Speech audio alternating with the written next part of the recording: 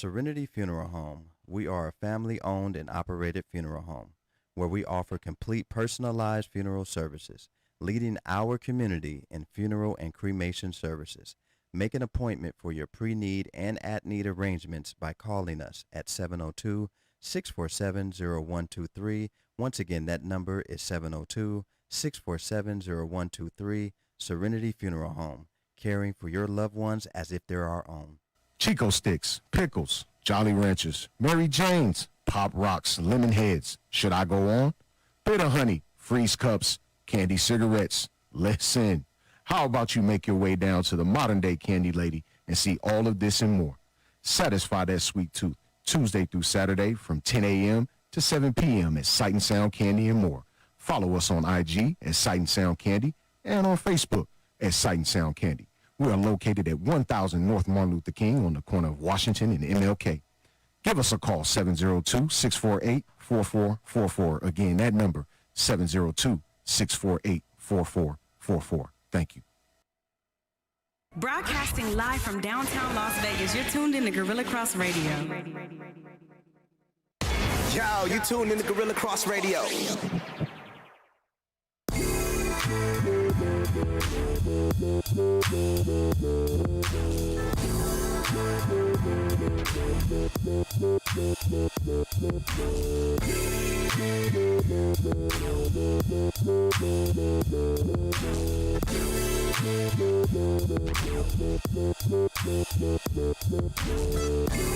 Welcome to Let the Ball Bounce. This your host, Trey Bailey. It's your man, Goose Thomas. What it is, people? Mr. Bill Blockham Logan in the building, man. It's what we do, man. Every Saturday, 2 p.m. Pacific Coast time, man. We give you guys the best sports talk radio, man. Every Saturday and every Tuesday at 6 p.m., man. We are here to give you guys the best of sports talk, man. Download the Gorilla Cross app on your phone and follow the LTBB crew, man. For real.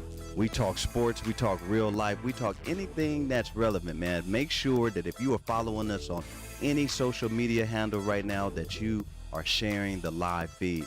Follow Let the Ball Bounce on Facebook, where we got the hottest sports talk page in the land. It's not coming from us, it's coming from the people, man. And hopefully this week we'll get people to partake in what we doing, man. I'm serious, man. Let the Ball Bounce Sports Talk Radio, man. We here, and we here for you, man. We the people's sports talk radio show, man. Look, guess what? It's still hot outside. Indeed. We're still in a pandemic. Indeed. I've been asking this for months, man. Are we still in a pandemic? Are we still in a pandemic? And nobody quite knew. I know we talked about it up here on the show, and the COVID numbers, they said, are going back up. So hopefully everybody out there is practicing their social distancing and wearing your mask and doing whatever you have to do to make yourself feel safe. Well, have to do the social distancing part.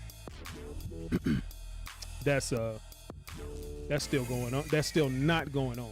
Well, you know, at the end of the day, man, you know, you have to do whatever you have to do whatever you have to do to make yourself feel safe. I mean, they still have everything open. Yeah. So.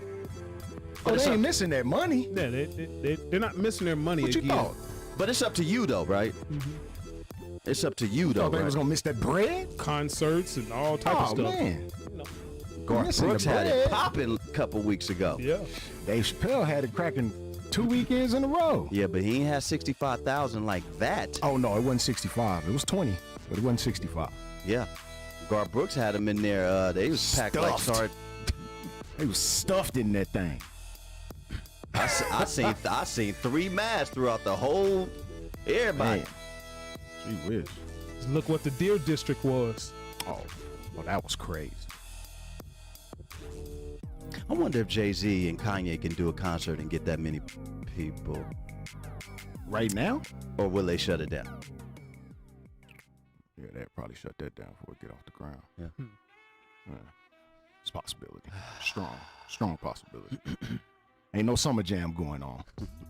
Nah, you ain't finna get 100K out there, bro. Let the ball bounce, man, at gmail.com if you want to be a sponsor of the show, like Serenity Funeral Home and Sight and Sound Candy and more. Let the ball bounce on IG. Let the ball bounce on Twitter, and that's with 1 T. Come on, man. Yeah. We love y'all, man. But share the live feed, man. You're not showing us any love if you're not sharing the live feed. Yes, sir. Share, share, share. We got a Las Vegas legend, literally, Yeah. Yeah. in the studio Live today. and direct. Live and direct. I think it's pretty dope. Yeah. You know, I got the text like, Pierre coming to the show. Yeah. I'm like, Pierre who? Jackson? It wasn't. I didn't ask if it was Pierre Cardin. Whom? Pappy Jack, man. Yeah, basketball god. Come on, man. So look, Pappy God is in the and building, it's man. just in time. We just finished with the NBA season. We got WNBA going on. We got the Big Three going on, and you know, a lot of y'all rolling around with basketballs in your trunk and can't get more than 2 points. You should not have a ball in your car right now if you can't give anybody, I don't care who you see, No. at least 2 points. Boy, I seen a homeless dude down there on Main and Owens. Look like he Bang only out, gave huh? somebody about 50. He was going across the street. I was like, Hold on, do that last weekend, dude. oh, he gave somebody the hezzy. He stuttered on him. He hit him with the hezzy. 5 times to the hezzy. right, bro. Yeah, he gave him the Yikes. hezzy. That's Crossing in tough. the intersection. I was like, That's look at tough. boy. All right. Let me tell you what I keep in my trunk. I keep a basketball, right? I keep a pair of golf shoes. I got a pair of workout shoes. I have a football back there. I got some cones.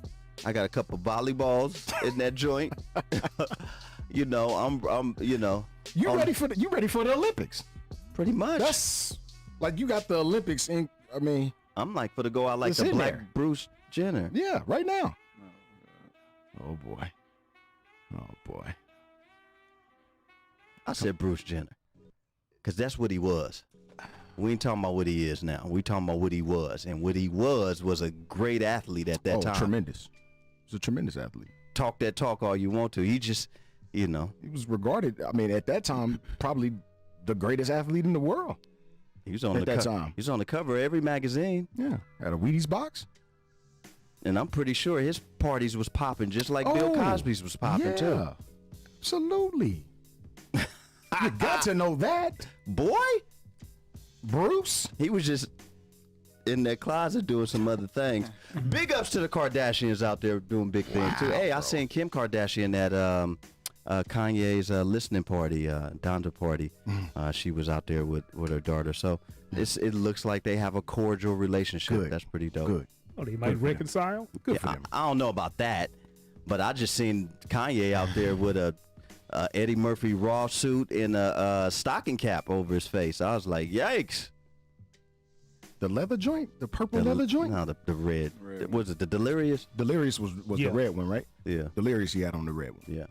Yeah, Raw he had on the purple. Yeah, he got this new album out. They say it's it just it's like way next level. I mean, he a genius. Nobody's ever denied his musical. At least Oh yeah, I he's a haven't. musical genius, no doubt. I haven't ran across anybody that said he was. Yeah, my, like, my whack. Dark Twisted Fantasy was about 10 years ahead. If my Dark Twisted Fantasy came out right now, it'll pop right now. Yeah. If that album came out. Well, that was 2009. What about the My Dark Twisted Fantasy, right? Heartbreaks and 808s? 808s and Heartbreaks. Oof. It was different. That was I ain't dope. gonna put it on my Dark Twisted Fantasy level, though. Oof. But it was different, definitely. I can't put it on my So Dark yeah, Twisted. man, we got a lot of things going on around us. Yes, sir. And you know, since we have a Las Vegas legend, Mr. Pierre Jackson in the building, man. Sir. We're gonna ask you, did you?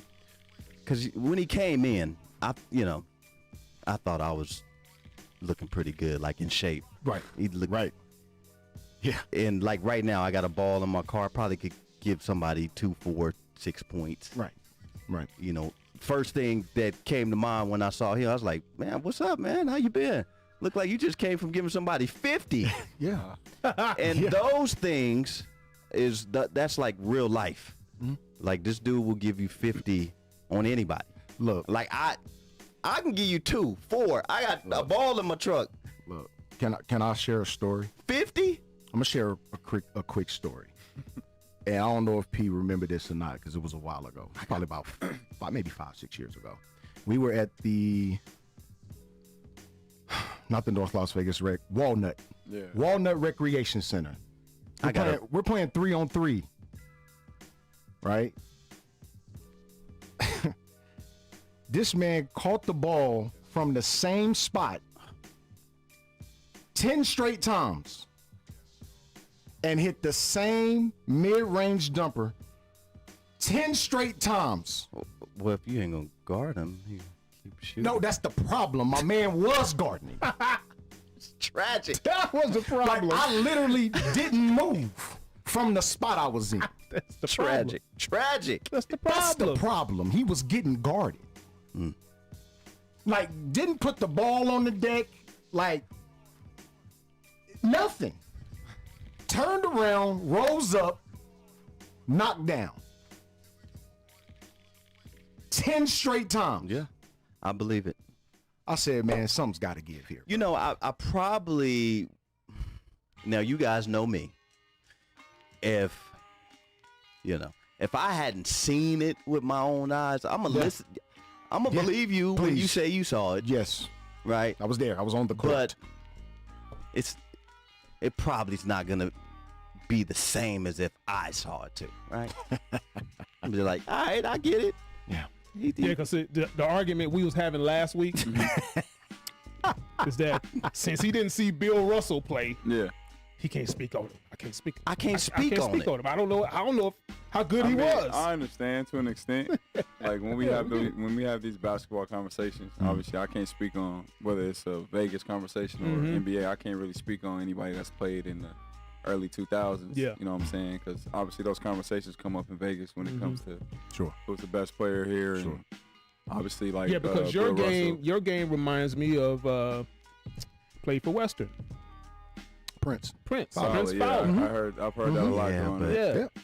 See, He could give you 50. Yes. He anytime. could bounce. He had Ridiculous. tremendous bounce off the floor Ridiculous. like you. Ridiculous. Yeah. You know, Yes. but he I've heard played. that, though. Yeah, but Yeah. he played for Coach Stein, who just gave him the green light. Yeah. Yeah. Just He definitely his light you can was shoot like, whenever you want Right. to. He took advantage of that. Oh, It was, yes, it was he did. neon green, bro. Right. Yes, he his did. light was neon green. Bro. Yes, he did. I've had the green light before, but I've never like taken advantage of it. Bro. Yeah. To where I could like And I would have do that back then. So I played with Prince Fowler. You know, we come from that era.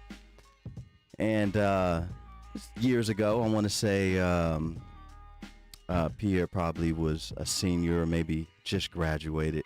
And we were playing rec league Chuck Minker, Yeah, that was one. I grew up there, man. That's Yeah, man. crazy. Yes, sir. right? So I know you ain't gonna remember this because I look a lot different. I think my hair was this long. But we played at Chuck Minker, and they was like, yeah, man, they got Pierre Jackson on their team. And you know, I'm like, who's Pierre Jackson? This was adult league, yeah. Adult league. Yeah, that's funny. That's funny. Funny, right? And I'm like, all right, I'm Dre Bailey, nigga. Who's Pierre Jackson? Dog. We start the game. Yeah, G. Yeah, G. You quickly found out who. When have you known? Listen, true story. When have you known in adult league to call a quick timeout? That's Like 30 seconds in. Bruh, I was like, oh, it's time for me to almost like lace them up. Because if they out here like this, Yeah. bruh, G. Yeah, I G. mean, fast breaks. Yeah, G. Man, that's Look, crazy. coming Yeah, down dude. half court. Yeah, G. Yeah, G. Effortless, like Real just thing. playing, Real thing. not going hard. Real thing. We out there sweating. Yeah. Yeah. I'm trying to get a good workout in. This dude got 50. Timeout. It's 2 minutes that went off the clock. He got 50 already. Bruh. Pierre Jackson. What's really going on here? The name stuck. And so I man. followed. So True. we say as a Let the Ball Bounce, we appreciate you being on the show. And we followed Absolutely. you Yes, and indeed, followed man. your career. I may have not followed you earlier because, you know, I left in 95 to move back to Vegas in like, 03, 04 or something like that. But you know, we followed you, Baylor, to the league.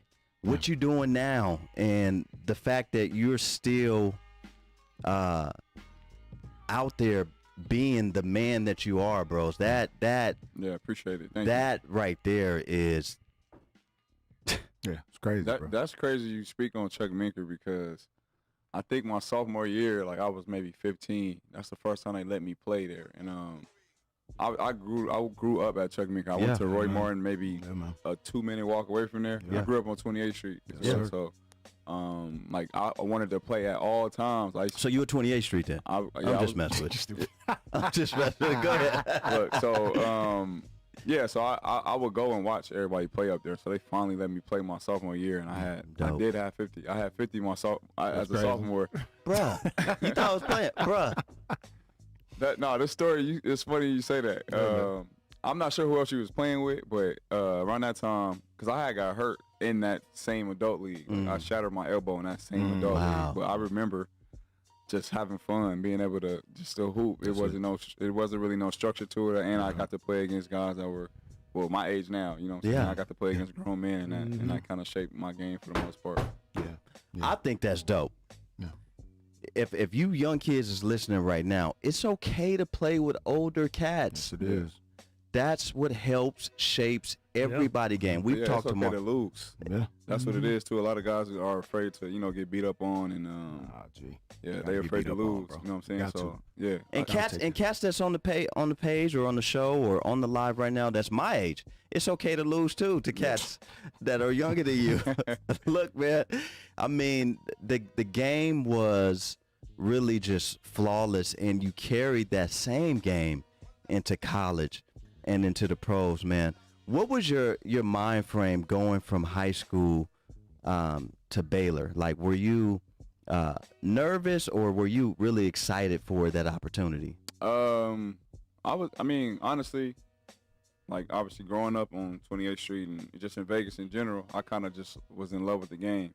I wasn't even really thinking about the next level like that. I didn't really watch basketball. Besides like and one and stuff like that. That was real popular when I was growing up. So I didn't really watch NBA until maybe 7th grade when LeBron kind of got on the scene. So he was my favorite player since. But nobody really knew me. I didn't really come off the east side. I never really went to Doolittle.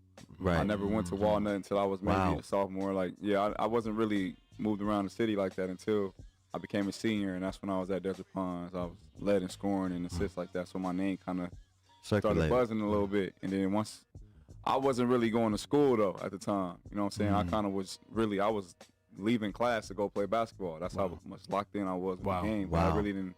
I don't have a father. I didn't really have no father figure around me, no big brother, none of that stuff. And I didn't really have no like direction when it came to that. So junior college, I went to junior college, and it's crazy. My assistant principal,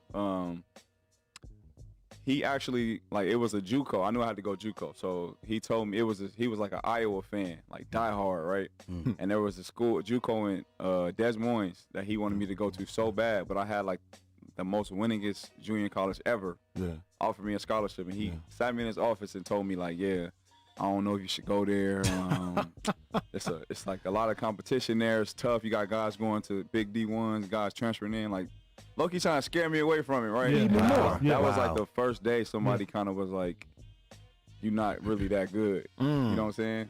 Like, I wasn't like overly confident, like cocky-wise, but I knew couldn't nobody fuck with me. You know what I'm saying? Right. But that was the first time I heard somebody tell me that, like, in my face. Wow. And that's kind of gave me the motivation. That's like, dope. When I got to JUCO, it was different. Wow. It was different. Wow. That's really the big motivation besides the love of the game, really. Yeah.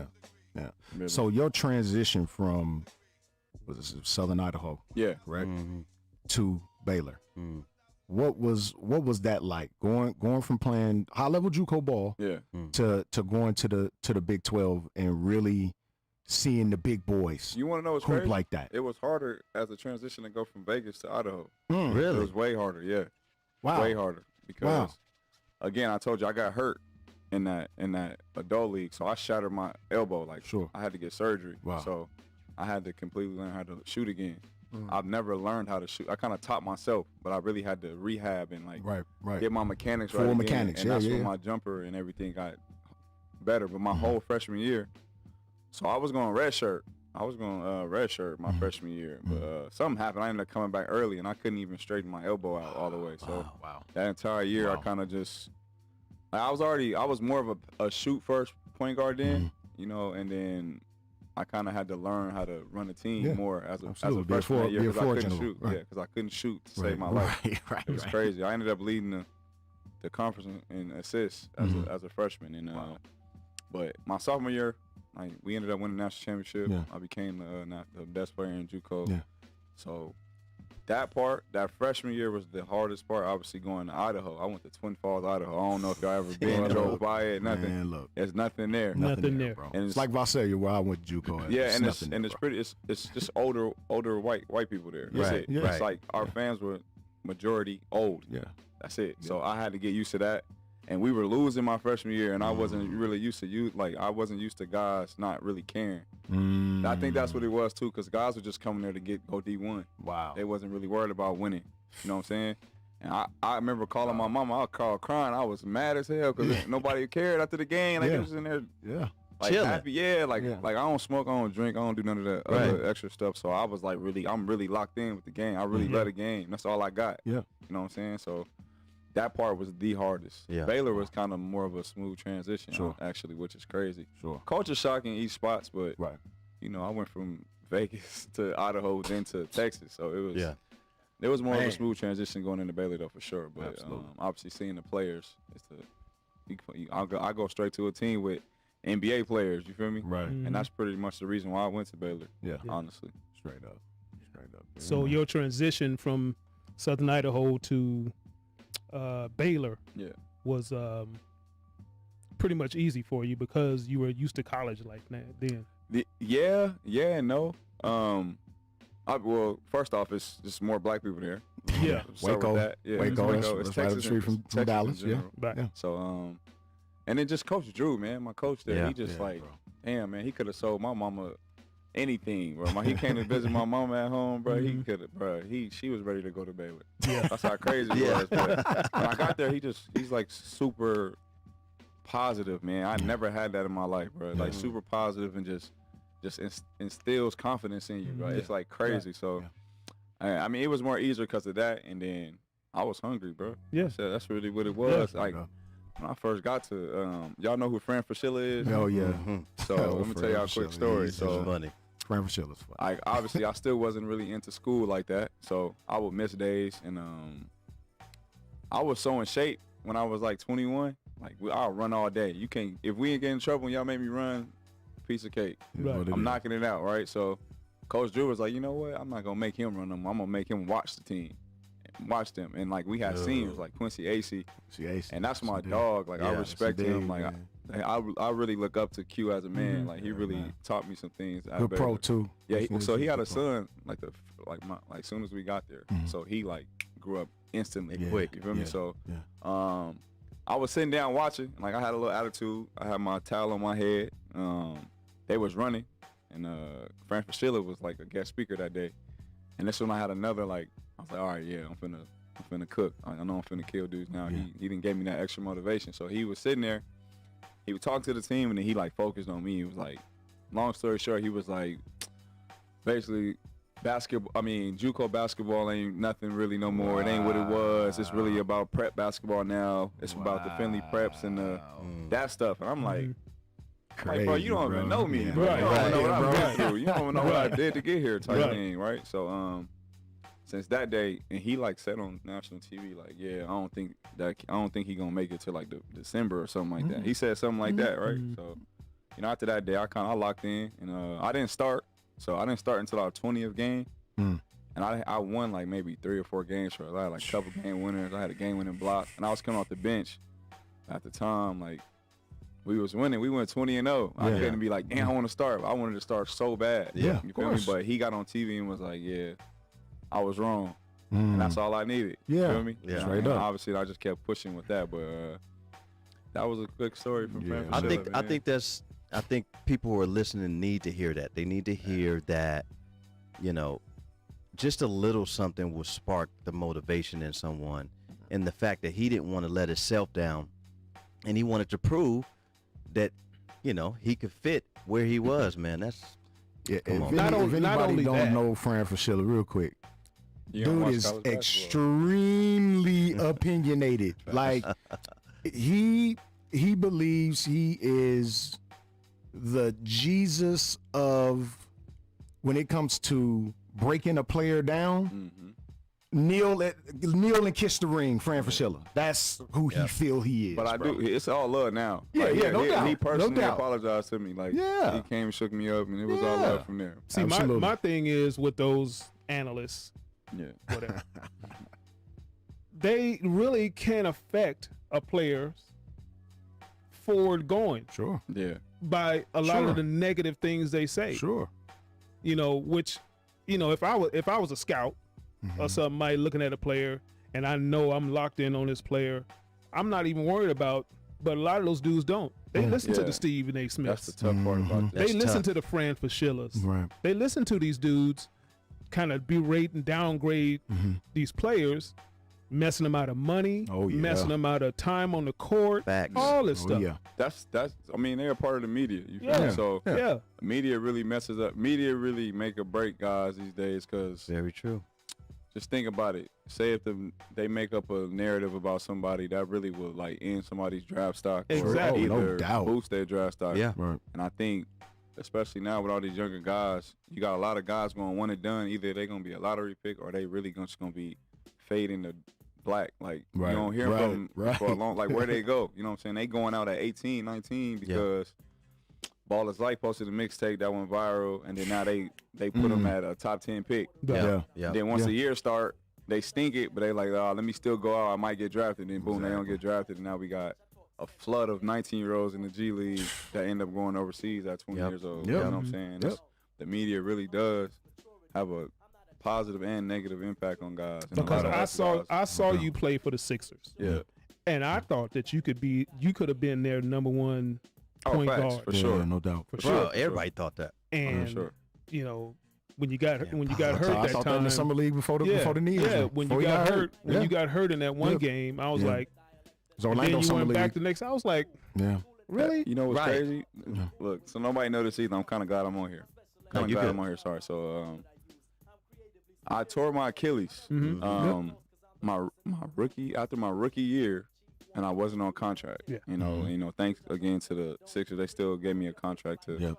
you know, pay for things and stuff while I was out. Right. That next summer when I got cleared, I like immediately like jumped back into action. I was already going hard through my rehab and stuff like that, but like I got cleared in April. I was trying to finish the season. So I went like full throttle. Yeah. And I ended up tearing my groin. Like literally I got cleared in April, I tore it in May. So I tore it completely. Like It wasn't a strain. It was a nobody tear. knows this though. This is what's crazy. wow. I completely tore it, right? So we drafted Jahlil Okafor that Yeah. next summer, and I still played. Yep. I was like 15, maybe like 15 and 6 or something like that. But I played with a completely torn groin, bro. and nobody knew this. Wow. So that next year, I'm supposed to play with the Sixers again. I had 6 weeks to get healthy. I ended up not being.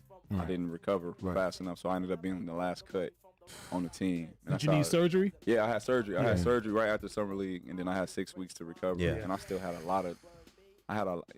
scar tissue is difficult to deal with, man. 'cause Yes, you it can't is, really bro. you can't really break it up until you like get out there and like. And there's hair nothing rip you and can do stuff. about a Yeah. groin. Like you, Yeah. you can't. It like, controls it's just everything. time. Yeah. Groin, Yeah. hip, back, lower back, All it's that. over with. Yeah. You know Can't do what I'm saying? nothing. Yeah, and that's kind of where I was at with it. And It's funny. It's funny you bring that up because when he did have that season with the Sixers, and he went out, I was like, oh well, he did enough to make that team now. Mm-hmm. You know, and I was, you know, I would have bet all my chips on that one. I was like, oh, he played good enough to make that team. yeah, but you know, with this basketball stuff, it's all about time and That's it, bro. opportunity. Yeah, that's That's all it, it man. is, man. Like that's Exactly why I what it couldn't is. even like back then.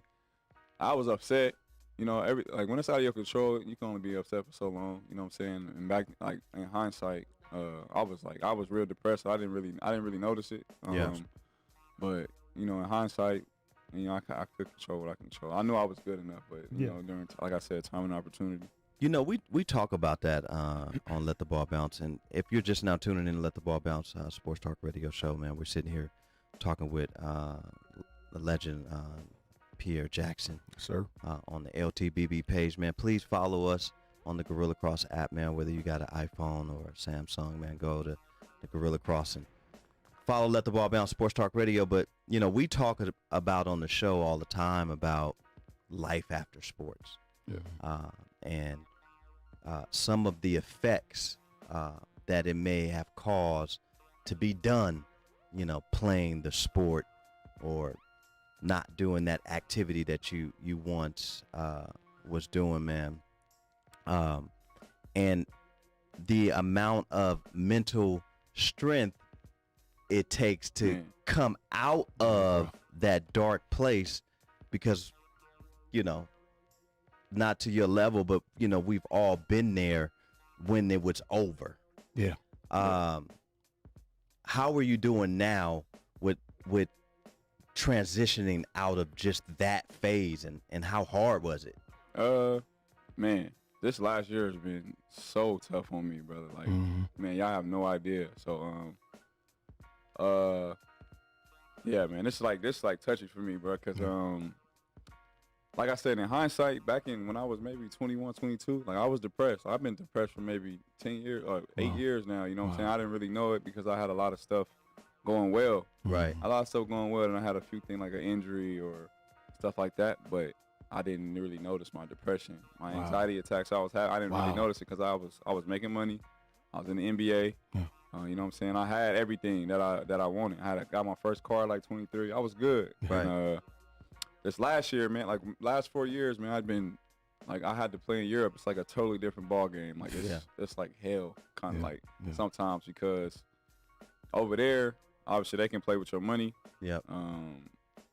They can play with your health, all that stuff. And, you know, once you like here, you damage goods and you signed that contract, you straight. You good. Yeah. You know what I'm saying? Yeah. Like over there, you damage goods. They like, they wait for you to do, like, you come late to practice. Gotcha. Yeah, that terminate type. that contract. Gotcha. Like they'll do something like that. And Wow. Yeah, bro. no, like my so this was probably one of the best and worst years in my career. And long story short, I played really well for like 10-month season, by the way. Played really well. And toward like the last month, they like totally flipped on me. Like they meet like crazy. Like, so I had Achilles tendonitis in one. I had tore one, and the other one I had tendonitis. I got diagnosed with it, so I decided I'm gonna sit down. Right. And so coach, like, they like trying to push me to play. I'm like, no, I already tore one. I'm chilling. Yeah. Like, no, I need a few weeks. Like, unfortunately, like At least. Unfortunately, in the country I was in, team I'm on, you can't lose in your domestic league. Like, if you lose to any of them teams out there, the fans is gonna go in on you, because we not supposed to lose. Like, we got the biggest budget, best players and stuff like that. And like when I didn't play, sometimes we lost. We lost some games we weren't supposed to. So they like, yo, you need to come back and play. And like my ego and pride was kind of still in there, like intact. So I'm like, yeah, y'all want me to do all, y'all pushing me like this. I ain't even the highest paid. Right. Like, I lead in scoring, I lead in points. Y'all ain't even paying me like y'all support. Like, tell y'all need to get on his ass. Right. You know what I'm saying? Right. That's kind of where I was at with it. So I was like, no, I'm not rushing back. And long story short, my coach, I had came back, and my coach, like, this what they'll do, man. Like, they crazy. Like, I had a Serbian coach, and he a nut. Like, he a nut. Like, he crazy. I respect him, but like, I'm just not Serbian. Like, I'm not Serbian. No, you can't just talk to me. Yeah. So, like, I don't like react when they yell at me. Like, I just, I take it for what it is. Like, you could have told me this in person. Yeah. Like, face to face. You trying to call me out in front of everybody, you're not gonna get no reaction out of me. So, he was like, I don't care if this guy plays another game for the rest of the season. GM, you heard me. And until he come talk to me, he ain't playing. Like, hey, I recorded this, because you have to do stuff like this. Yeah, you have to kind of watch your own back. You kind of have to document everything, like, and it's crazy. Bro. So I documented. I sent it to my agent. My agent was like, "Oh shit, shut it down. Don't play." Done deal. Like, bet. I sat down. So it's crazy, right? So I would come to practice again. They waiting for you to do something, so they don't pay you. Right. So I come to practice every day. I'm doing my lips and stuff. They still talking to me. And finally, they begging me to play, like the strength coach, the manager. I'm like, I'm not ready. They not knowing I'm shutting it down. I'm not ready. Yeah. And so this Chinese team offered me, like, they almost triple my salary. I'm like, babe, that's what we doing. Right. That's what we. no-brainer. That's a no-brainer, right? Triple the salary? So Hold on, so bro. look, so then it's crazy. We out, listen, bro. listen. It's We crazy. going to Beijing. We going right to Beijing. So, I signed a 1+1. So basically, that means you coming back the next year for more money. Yeah. And the only way you can get out is if somebody buy your contract out. So 2 weeks later, they stopped talking to me cold turkey. The Chinese team. No, my team. The Serbian team. Serbian Okay, team. got you. I'm in Israel. My coach is Serbian. Okay, Yeah. got you. So everybody, management stopped talking to me. I literally would walk in the gym. They won't even look at me.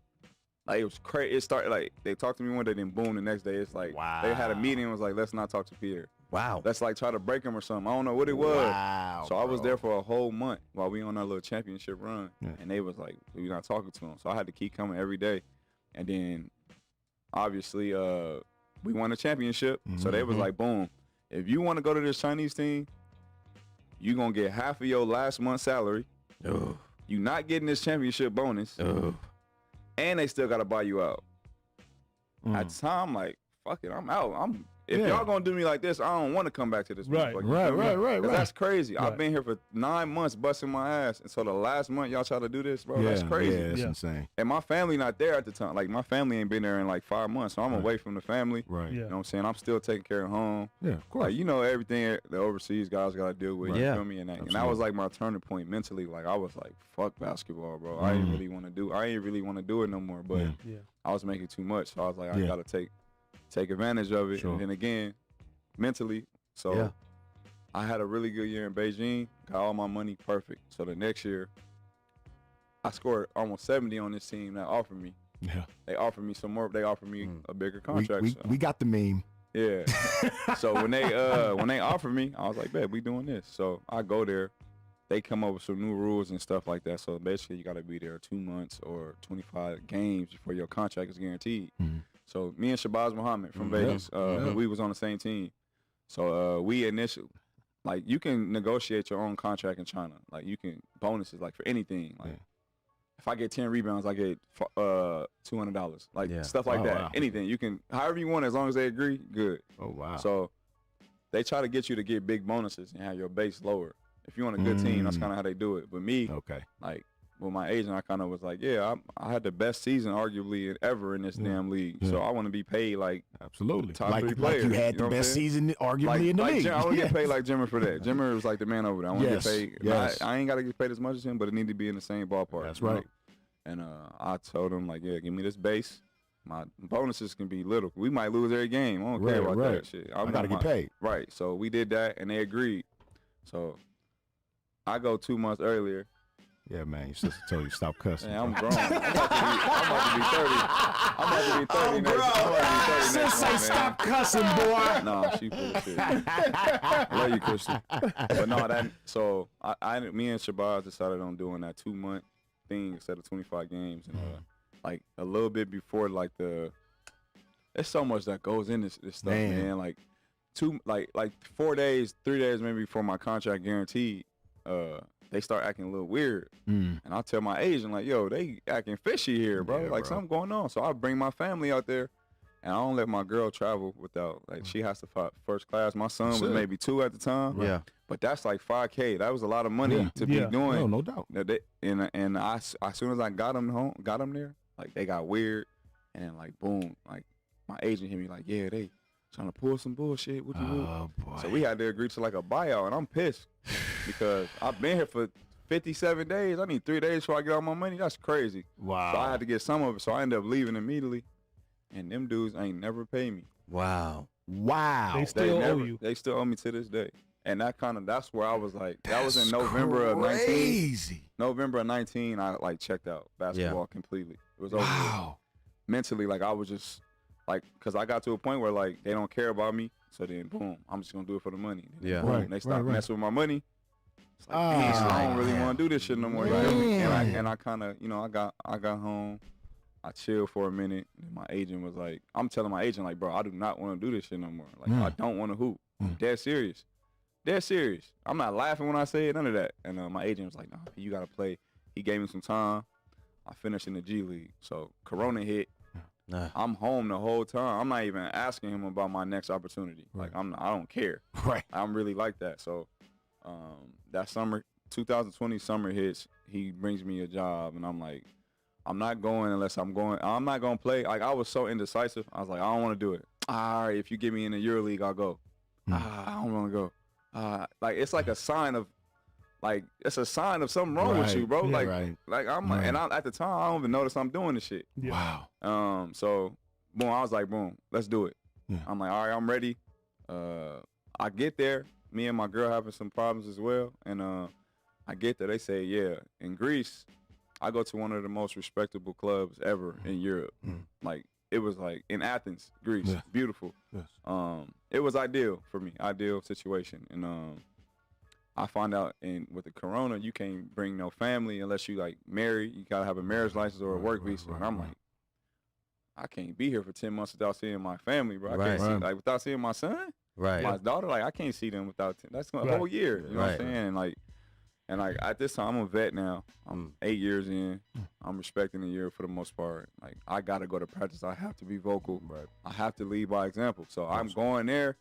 And I'm coming home, like I'm sitting on the couch, like bro, I'm staring into space, like I don't know what the hell. At the time, I had no vices, I had nothing to like keep my mind off of just thinking about all the bullshit I did with my girl or anything I did with basketball or how these motherfuckers owe me money. Like I'm just everything just brewing in my head and it's kind of like taking over me at one point. You feel me? And I was like, I really got into like a real dark place. Like it was bad, and then I told my agent like, get me out of here, bro.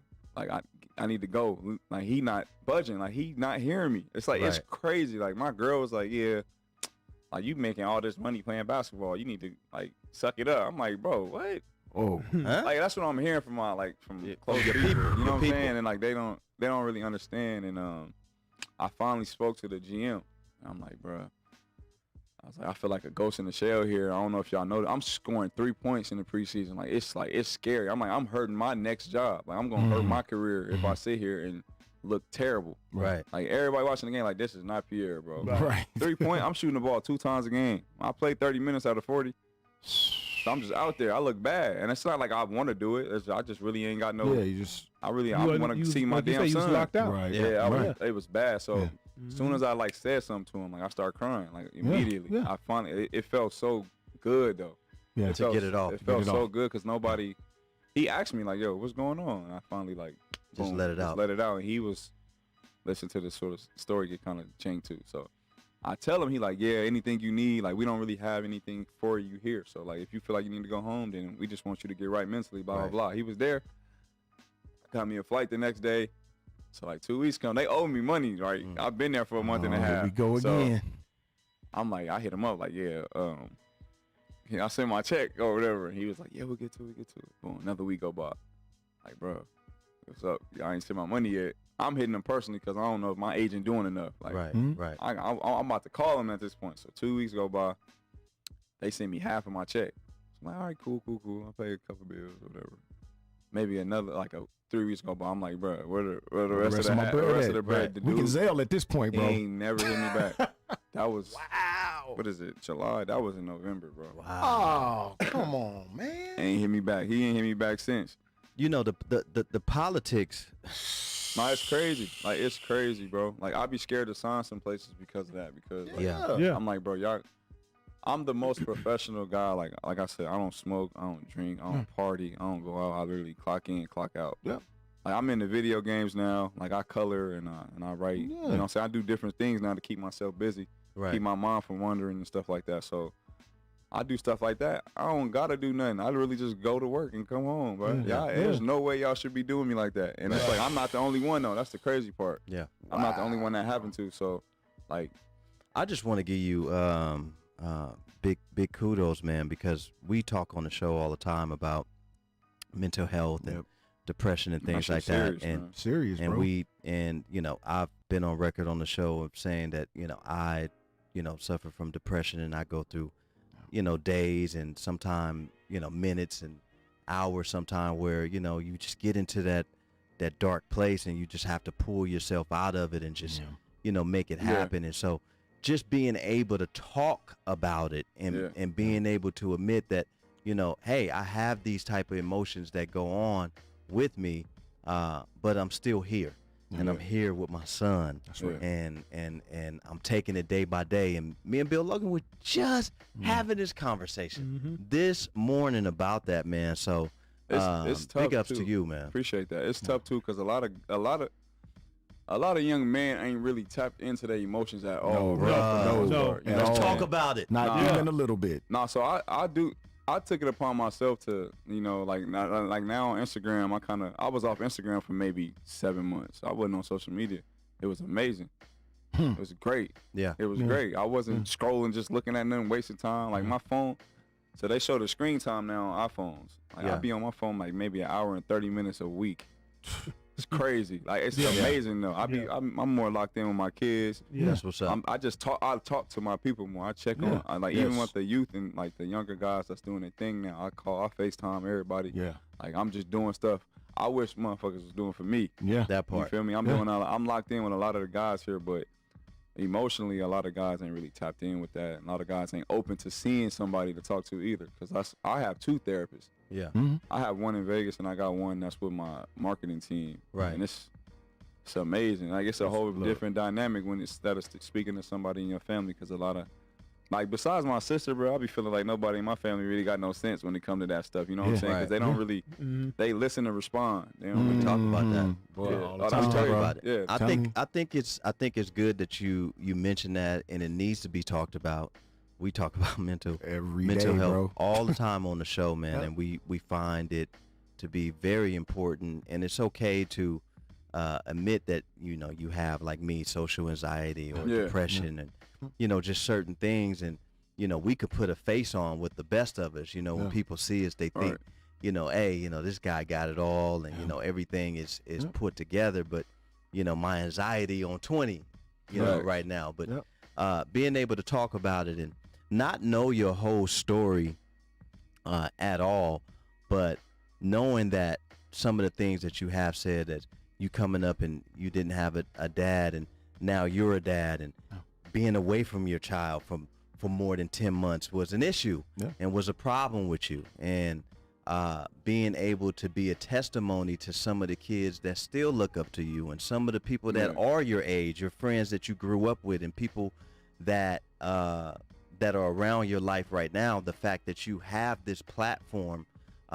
just by being where others haven't been, that is huge, man, for you to come out and say, hey, I got this going on, and you're able to help somebody out of that, bro. So I just want to let you know you're not the only one. Promise and so, you not, bro. I'm already knowing. It takes a village, man. And if most of us, and I'm gonna say most, may really be all, if all of us would just open our mouths and say, what we're struggling with, people will understand that help, it could be closer than what you even think, man. Facts for sure. I think that's dope, man. The fact that people are watching right now and they not even know that, wow, I can relate. Something that he's going through, I'm going through also. I don't have to go through this alone. And so I'm saying that to me, to you, my brother, you ain't got to go through this alone, bro. Here's another thing. This dude can hoop. Flat out. Get drafted in the NBA. And you listen to all the stuff that he went through mentally. Man. That dang near broke him down. But he rose up. He got a strong foundation. He rose up. Even though he comes from the background that he comes from. He's got a strong foundation somewhere there that kept him centered and focused. Now, like you said, he did check out. I don't even want to do this no more. I'm serious. I still don't. I still don't. Yeah, it's like I still don't. Yeah, I don't want to do this no more. But the younger kids that play basketball and think that they're going to be the next hot NBA player, hot college player, they need to listen to stuff like this. It's reality. Yeah, because it's reality. We had Brandon Marshall on the show. Yes, indeed, man. Talking about all the things that he went through. Played with Denver Broncos. Talking about all the mental things that he went through. And the games that the coaches was playing with him, like they playing with your money and all this stuff. And it's like he's like he said, if I wasn't mentally strong, that could have broke me down. Yeah. Let me tell you something. Every person has a story. We've had Moses Scurry on here. He's come from a story of his own. Moses Scurry, man. You know what I'm saying? We've had Brandon Marshall on here, Hollywood Robinson, Spoke to Monty Buckley. Yeah. All these guys, and every person has a story. Ron Riley. Same team, bro. These guys have a story, man, and you're not in it alone. If you're out there and you're suffering from anything, man. And I went to a mental health forum this morning for 2 hours. That's what we're talking about. And I'm a proponent of how come they don't have a mental health curriculum in high school or in middle school? Because these kids need to understand the ones that come from troubled backgrounds, troubled homes, and a lot of these kids are coming from broken homes. Yes. They need a curriculum to understand what they're going through. Yeah. Right. Especially you can hit it right when they're 10 years old. Exactly. You know what I'm saying? Exactly. Facts. It's funny, man. I hadn't done really any mental health screening until about 3 months ago. I've been in law enforcement for 16 years, right? Hadn't done any real, sat down with a therapist till 3 months ago. Found out I had mild depression just from talking to me. Mm-hmm. She got that. I'm like, wow. I go through life normal. Yeah. Got my daughter, I got things to do. So I don't even think about stuff like that. Yeah. But to find that out and have to step back outside of myself and say, yo, Donnell, man, you really gotta watch your mental health, bro. Mm-hmm. It's serious. It's a real thing, bro. Yeah. It really truly is. If man. it's mild and then something happened, something else happened that like with me, I have a lot of things going good, and then boom, most of them shits went bad, and immediately it hit me hard, and I didn't know what to do, and I wasn't hip until I spoke to somebody. Yeah. Wow. Yeah. And I think it's important to have those mentors and those people in individuals' lives, like he said. Yeah, man. His coach, and there's other people that helped him along the way when an absence was present, and so. We need that, man. And like he said, he's doing that with the younger cats. Yes. Yeah. He's doing it. He said he's FaceTiming these younger cats. Yeah. Are you okay? You need to talk about something? Straight up. Let's talk about it. How you doing goes so far. Man, it goes far, bro. So with me, nobody really, I have help with, obviously I know if my family could do anything for me, they would, you know what I'm saying? But obviously financially, they can't really do what I can do for myself. So they have a hard time doing stuff for me, but even when I do something for them telling me thank you, that should go a long way. Yeah, that's it, bro. If you for real. Little stuff for me, you buy me some socks, bro. I'm lit. Man, I'm lit. It's new draws for me. Yeah, I need some new draws. Anything though. Anytime you give you some new draws, I'm good. Anything for me, or you do something for my kids, bro. That's all. I don't really care about nothing else. You ain't gotta buy me a goddamn some shoes. I can do that. I can do that, but you buy me something small, I just appreciate it. Absolutely. It's really the thought that count for me. You know what I'm saying? Absolutely, man. But when it comes to speaking to people, I don't know, I had an epiphany or something. I woke up one day and I was just like, bro, this is the first time I said, let me check on my brother, bro. I called him, bro, and something had to be going on with him, because he immediately started talking to me about it and was like, man, I don't know what to do. And again, I ain't had all the answers, but just me speaking to him, he's like, bro, thank you for calling me, bro. 1,000 miles right there. And I spoke to his friend, bro. Same type of thing. Wow. He was like, thank you for asking me how I'm doing, because nobody called me for that stuff. And immediately he started crying and speaking on stuff like that. So, and a lot of guys frown upon seeing people to, I spoke to another guy at the gym, asked him how he was doing. I was like, bro, nah, you good? Not one of those. I was like, bro, how you doing, bro? How you doing for real? He hit me with that. Yeah, man. He was like, damn, bro.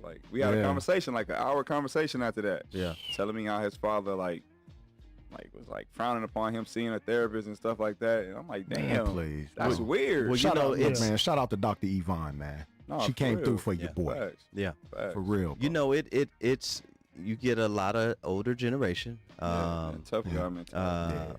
where they feel going to talk to somebody is considered you being crazy or soft or soft or soft, being too open, and it's okay to share a little bit of yourself with people here and there, man, because you never know that a part of your story could help men the storm that they're going through, man. And so just being open enough to even be a black man and have that conversation, bros. Yeah, bro. You always good with me. Because I've always said this. I don't like that term of, it's okay not to be okay and just stop there. Right. No. It's okay not to be okay, but it's not okay to stay not okay. You Right. can't stay in that place. Man. You can't stay in that place. Yeah.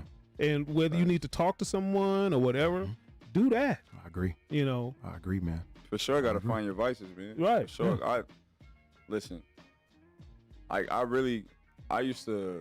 ain't had no vices at the time. I really just used to sit there and just be in my brain, bro. Just really kicking myself.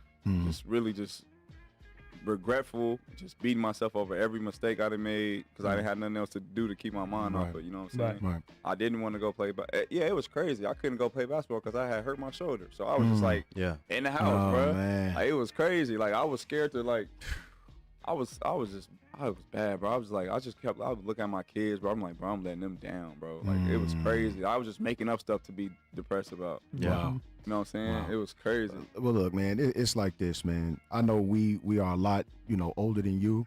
Yeah. So we got our guys that we came up with and we played with and played against, but when it comes to Vegas athletics, right?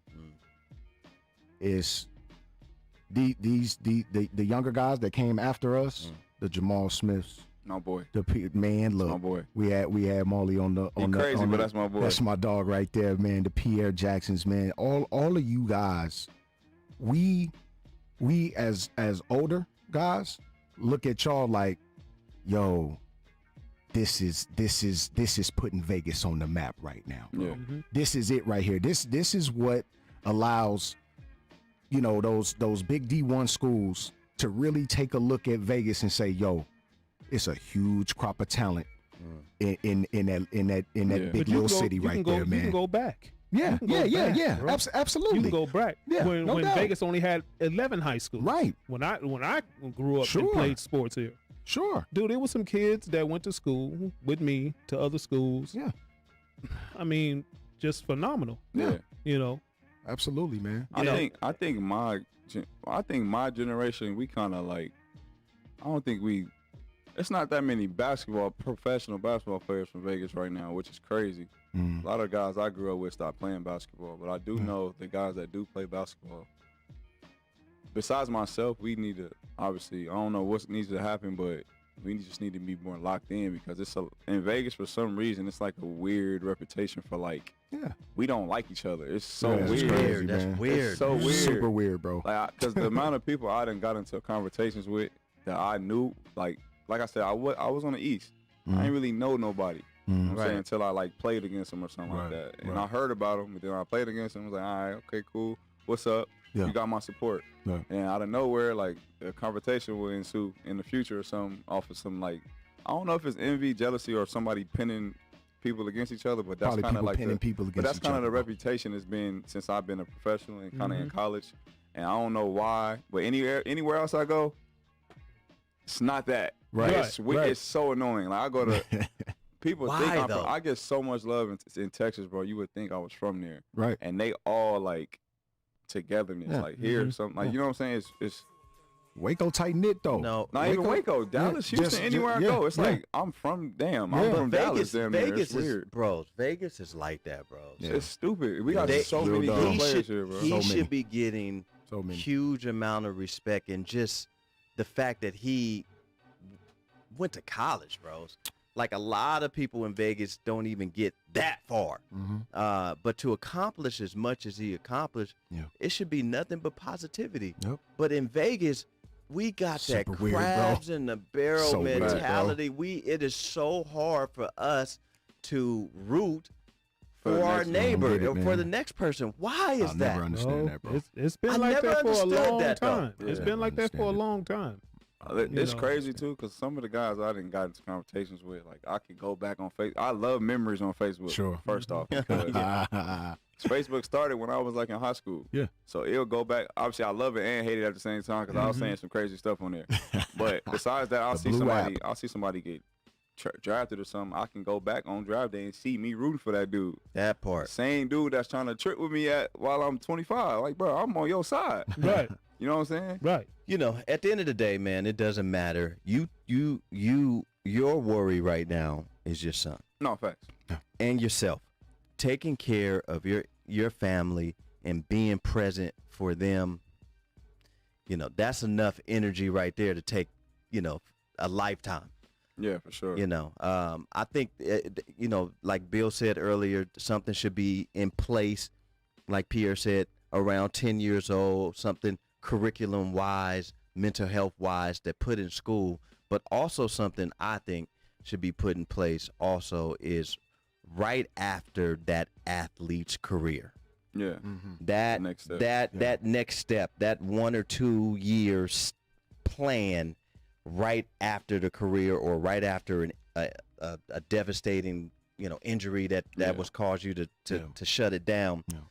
You know, because that's where I became in my dark place. After track and field, man, after the Olympic trials, it's just it's just it's deflating because it's like, what do I do now?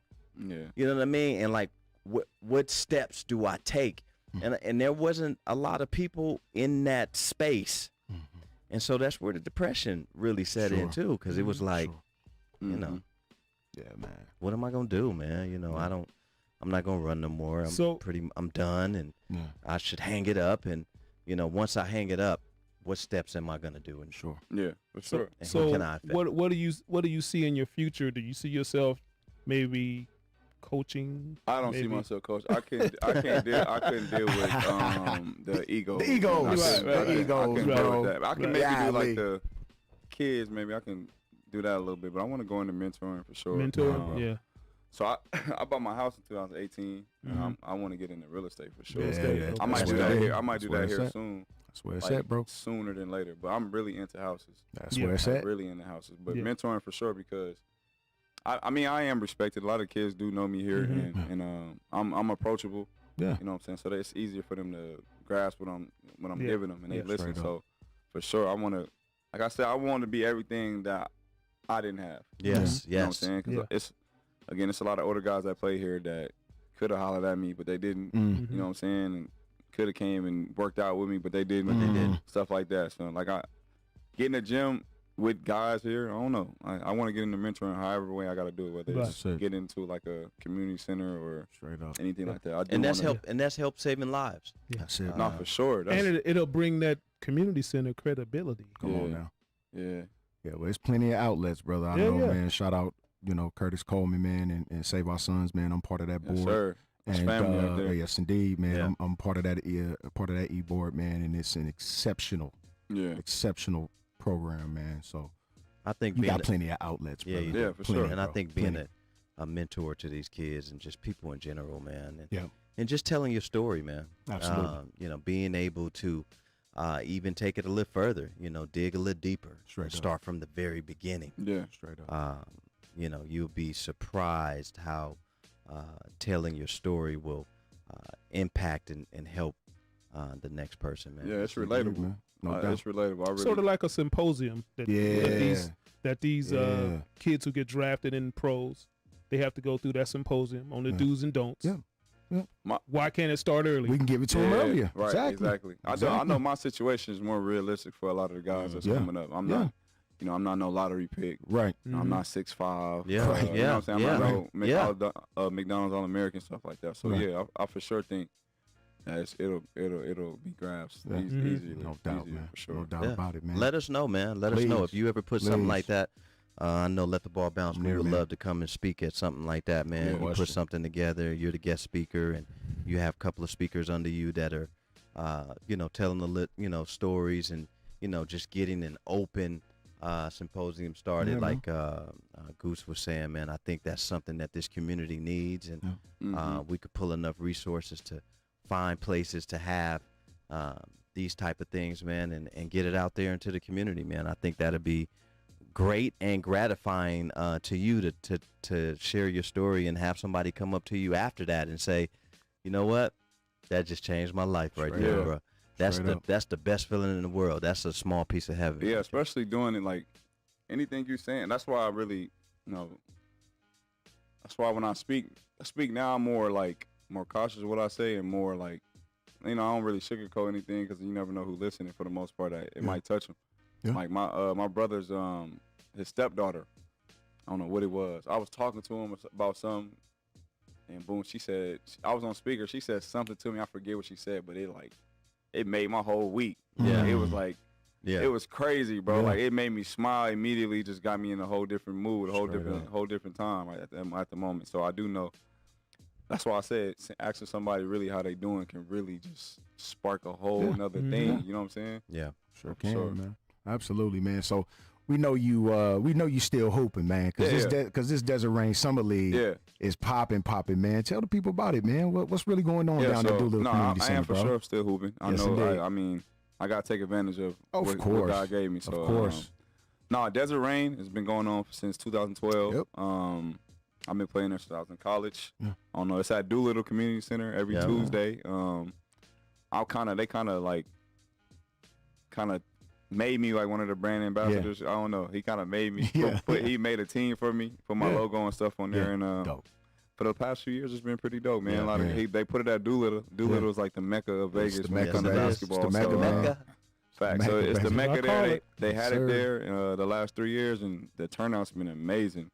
Yeah. I've been doing my part to spread the word, and I'll be bringing NBA guys every now and then. I don't tell nobody. I just like pop them up. Yeah. NBA, real NBA guys. I'm trying to get more. Absolutely. I got DeMarcus to come in there last week. That's my boy.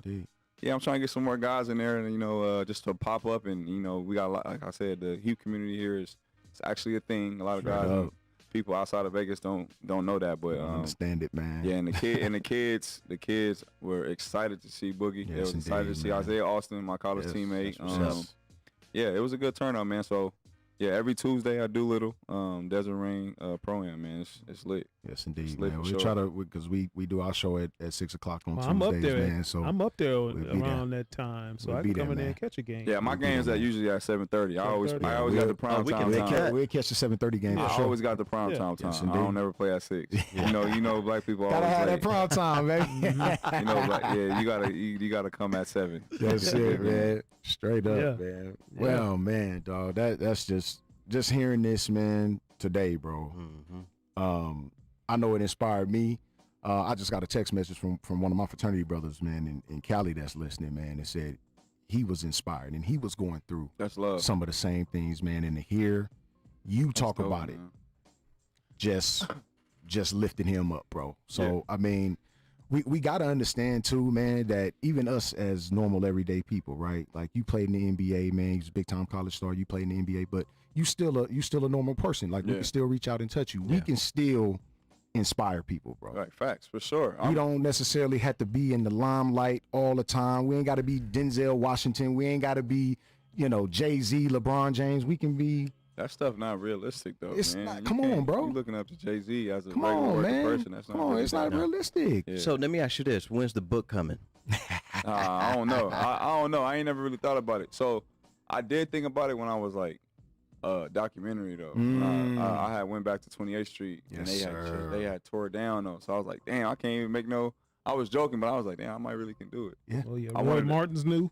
Yeah, Roy Martin brand new. Yeah. Not the same. They burnt it down. Bro, they burnt the damn gym down. That was crazy. I was going to 9th grade when they did it. No, I wanted to go back to 28th Street. So like I actually wanted to see it. Yeah. As a grown man, to see how the hell I lived in that. You know what I'm saying? Yeah. And obviously, shout out to my mama, man. Yeah, bro. My mama made it happen. My mama's still making it happen. So, I did want to do a documentary possibly. And I'm coming out with this, like, I kind of did like an interview, kind of speaking on my situation, my mental issues, my mental growth, and this little journey I'm on.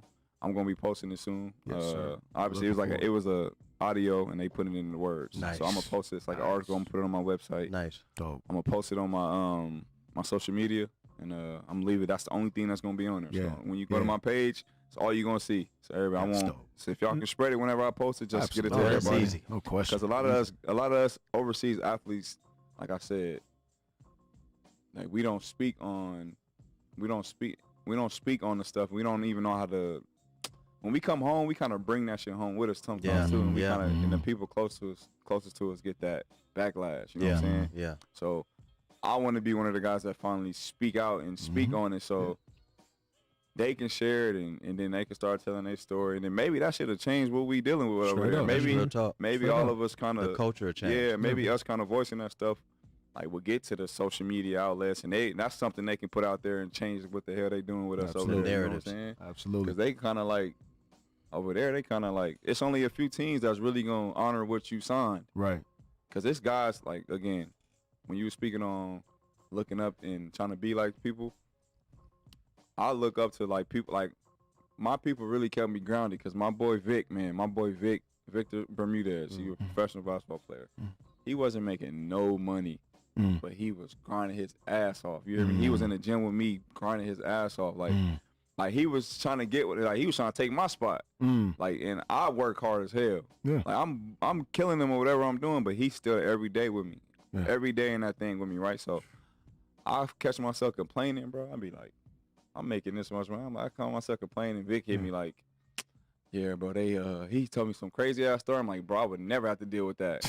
I had to tell him, like, bro, keep doing your thing, bro. I don't know if you know, but you inspire me, bro. You really keep me, other besides my main, motivations, like, bro, you really got me, keeping me afloat right now. You feel me? So that's really more real. Anybody working, Shaq just said that. Yeah. Yep. Shaq just said that. And that's real life. That's real life, bro. That's real life. And I feel like that. It's really people out there. I'm going to tell you, man, Facts. you need to read, there's an article, Elon Musk did an article. So you may want to read that article he did, man. And basically, I'm not going to tell it to you all because I really want you to read it. But, to summarize some of the things that he said in there is he's come from very humble beginnings. And a lot of times during life, you think you're about to blow. And then you fall back further than you were before. But then you come right back up. And you blow. And then something happens. And then you drop down again. Just over the course of life and where he's got now, the man's been knocked down more than 10 times. But it didn't stop his grind. And putting everything into what he believed in. The object is to not stop, man. That's what we telling y'all, man. Not stop. Don't stay in that place. Like Do not stay in that place, man. That's crazy. That was one of my little mantras I would repeat to myself every day. Like when I sat out this year, I went to Turkey. And like it was a situation like I'm not used to. Like I had to wash my own practice gear. And I'm like, when they told me, I'm like, what? He's like, yeah, after you practice, take your shit home and wash it yourself. And me, I've never had to do that. Ain't no throwing it in the hamper. Especially when you come from college or you come from America and you go over there. It's like we are spoiled over here, bro. Like, I was flying charter in college. You go over there, you flying commercial, them shit's getting canceled. You miss a game, you got to make it up. Like I was dealing with that, so when I got there, he told me to wash my jersey. I'm like, at first I was like, man, I just kept telling myself like it's humbling times. Just get to it. Like the pay cuts was crazy this year. All that. I just was like, bro, this is not. I know I'm better than this. You know what I'm saying? It's humbling time. I just kept saying just that part of with the journey. everything. That's all I kept saying. Your journey. That's all I kept saying. Anything that was happening, it could have been something small that I wasn't used to. Instead of complaining about it, I'd just be like, you know what, man, just knock it out. Because Vic. He Vic is in with something. Every day. Vic in a little Nissan Sentra with 7-footers. Yikes! I got my own car. Like it's like, yeah, Vic. It really be like that. Like, obviously you got your stuff you're dealing with at the top, just like NBA players still deal with stuff. But like at the bottom of that shit, it's crazy, bro. I can't even imagine. That's why Vic like that for that. Y'all ever rode in a Nissan Sentra, bro? I had one. See, look, wow! Add 3-footers in there. And one driving. Come on, man. You can't sit behind him. I had a stick. Golly. Yeah, it's really tough, man. So like, humbling times for sure. Humbling. I'm 6'2". I can imagine a 7-footer, bro. Well, big up to Coach LaRock, man. He was my shout out Al LaRock. He was man. Al LaRock. Coach LaRock was my junior year, head coach, basketball coach over at Durango when it first opened. I was at Durango when it first opened.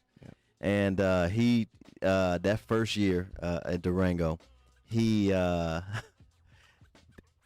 showed us stuff that I was like, oh, this how it's gonna be. Yeah. First off, we had to wear suits to the game. Yeah.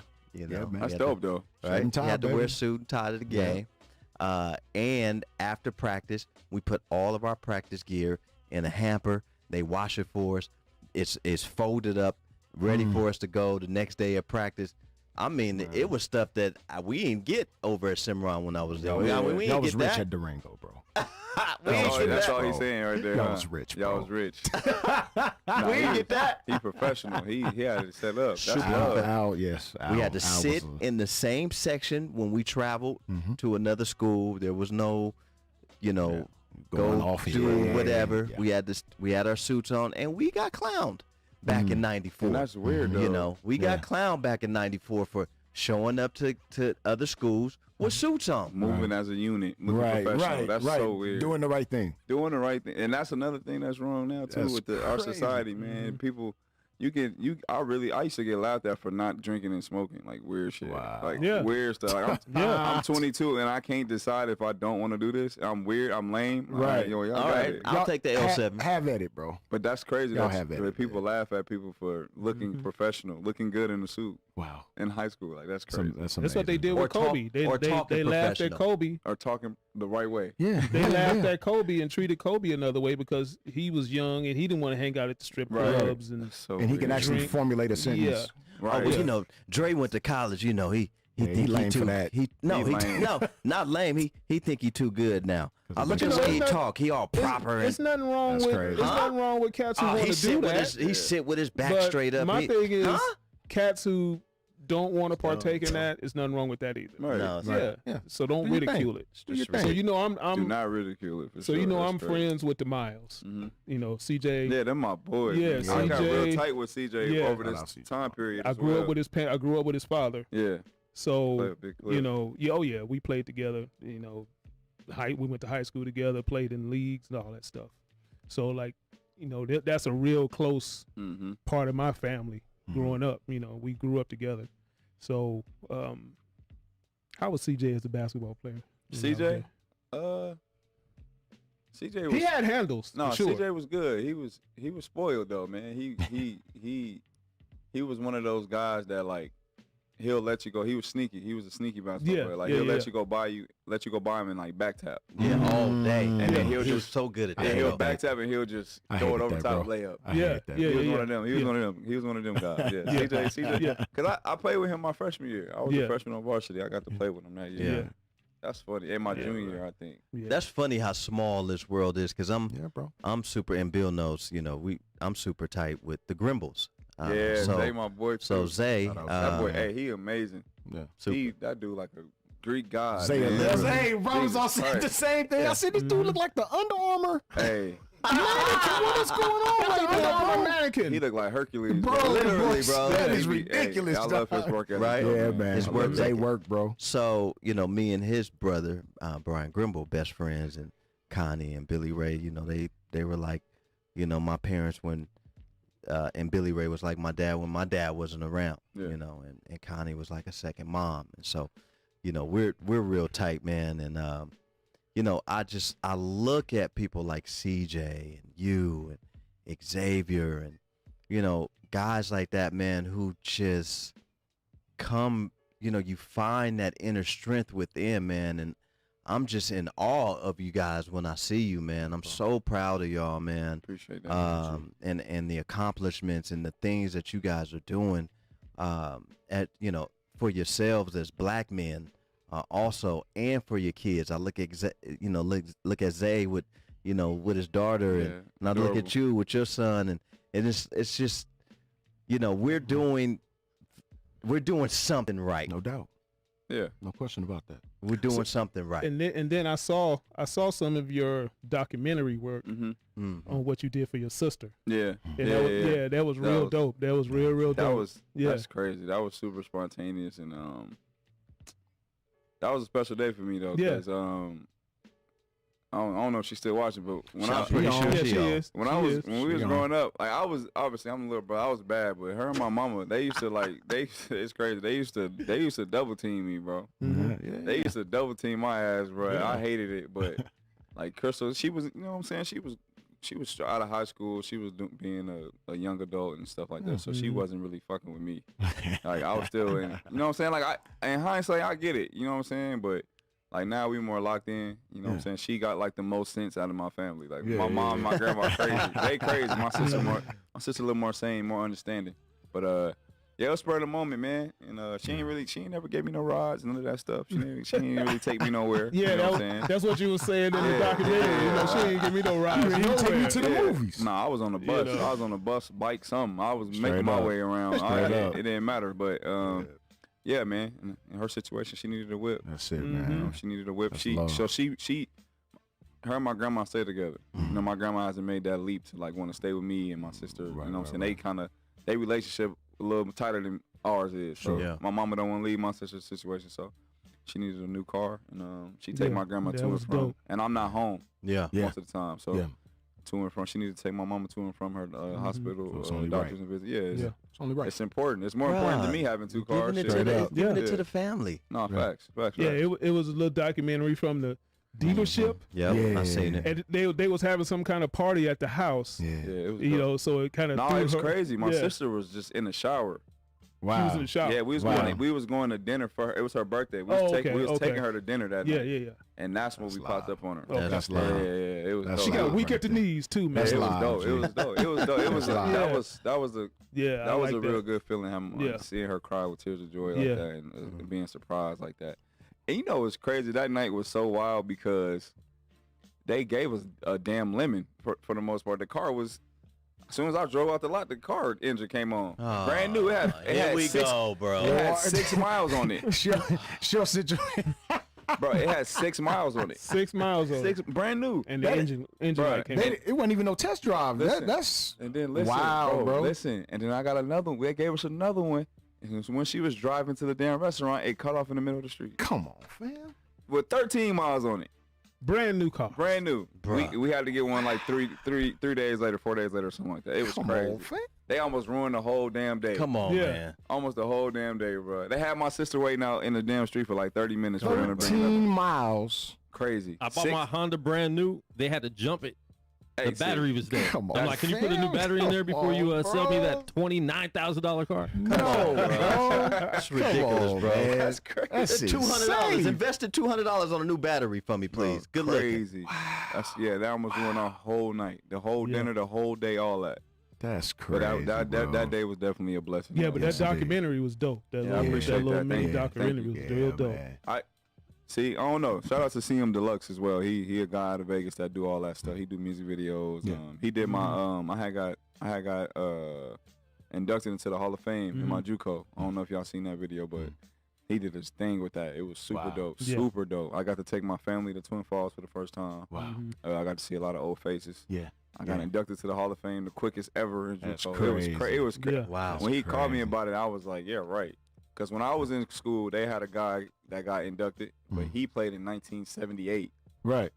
I played in 2011, and I got inducted Yeah. in 20. I was like, damn, that's crazy. That's love, 9 bro. years later, yeah. 9 years later, yeah. But Wow. CM Deluxe, man, shout out to him, man. He Yes, did those indeed. videos for Yeah, me. that's He's cool. pretty dope out of Vegas. Yes, indeed, man. Wow, man. Just to see your maturation, bro, from high school through the JUCO ranks, through playing Division I in the Big 12, playing professionally, going through everything that you went through, bro, and to still be sitting here, standing here to tell your story, bro, is beyond inspirational. Yeah, love, bro. It's beyond inspirational, bro. Like from somebody that actually watched you play the game, people that watched you play, and to see you sitting here through everything, bro. I'm talking your groin injury, which we just found out about. I was today years old when I found out you ripped your groin. Today, years old. The injury at the Orlando Summer League, and still being able to grind through that, because devastating injuries like that would ground anybody, bro. And you'd be like, all right. Like you wouldn't be mad at them. Somebody ripped their Achilles, somebody shattered their elbow, somebody, come on, man. Yeah, I had some tough ones. Come on, bro. That's tough, bro. I had some tough ones. And it's crazy. This last year been harder for me than anything else. Like than anything else. Wow. Just anything. Mentally wise. Just mental. It's been harder than any injury I had to deal with. Like, so that year, I'll tell y'all a quick little story about this too. I've only been this motivated to be a better person and to get better mentally. Like 2016. 2016, after I tore my groin, I basically sat out the whole year. So I went to the G League and I lost like 15 pounds. I was skinny. I wasn't ready to play. So I went, came home. So I basically sat out the whole year. Then that summer I played with Portland Trailblazers and I was good. Like I gained my way back. I was confident. I was good. I was moving great. As soon as I got to I had two other really good guards. So me and Russ Smith, I don't know if y'all familiar. He went to Louisville. He's Russ Smith, he's Russ super Smith. tough. Yep. Super tough. And we made the other dude quit in practice. He left the damn camp. Wow. He didn't want to play. So it was just me and him. And like I was playing good in the training camp and they traded for a point guard. It was like I was so mad, right? Wow. Obviously I'm lit. I'm motivated to. It don't gotta be this team. Somebody else can see me in summer league. I'll get a job. So I played really good. I led in scoring and assists, and we had like 3 players on the Trailblazers team with us. I was the best player that year. I didn't have no deal after that. Not overseas, nothing. I had no job on the table after summer league. So basically, from August to October, It's ridiculous. I didn't get a job offer until October like 15th, and they offered me some bullshit. They offered me a month tryout for like a month tryout. Yeah, and for like $15K, and that's not a lot for who I was at the time. That's not a lot of money, right? So I felt disrespected, but it motivated me at the time. I'd never been this motivated, right? So I go there, I play my first game. They put me in this little ass hotel. Like, so my brother Billy, he traveled with me every time I go to Europe. So he put us in this little ass hotel. In Europe, twin beds come together. They not separated. So it's one bed really.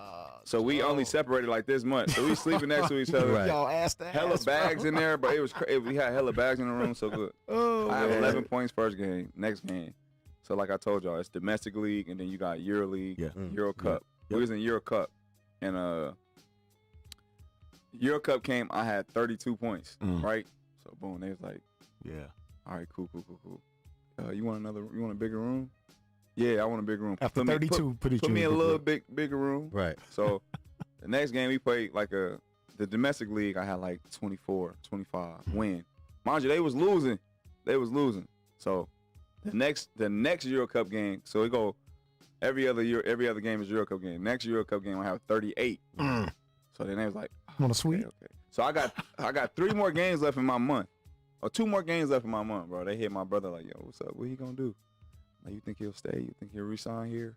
Whatever. So my agent hit me like, yeah, JJ Barea just went down in Dallas. He's like, yeah, you just went down in Dallas. I'm like, what we gonna do? Like they want me there. It's like, nah.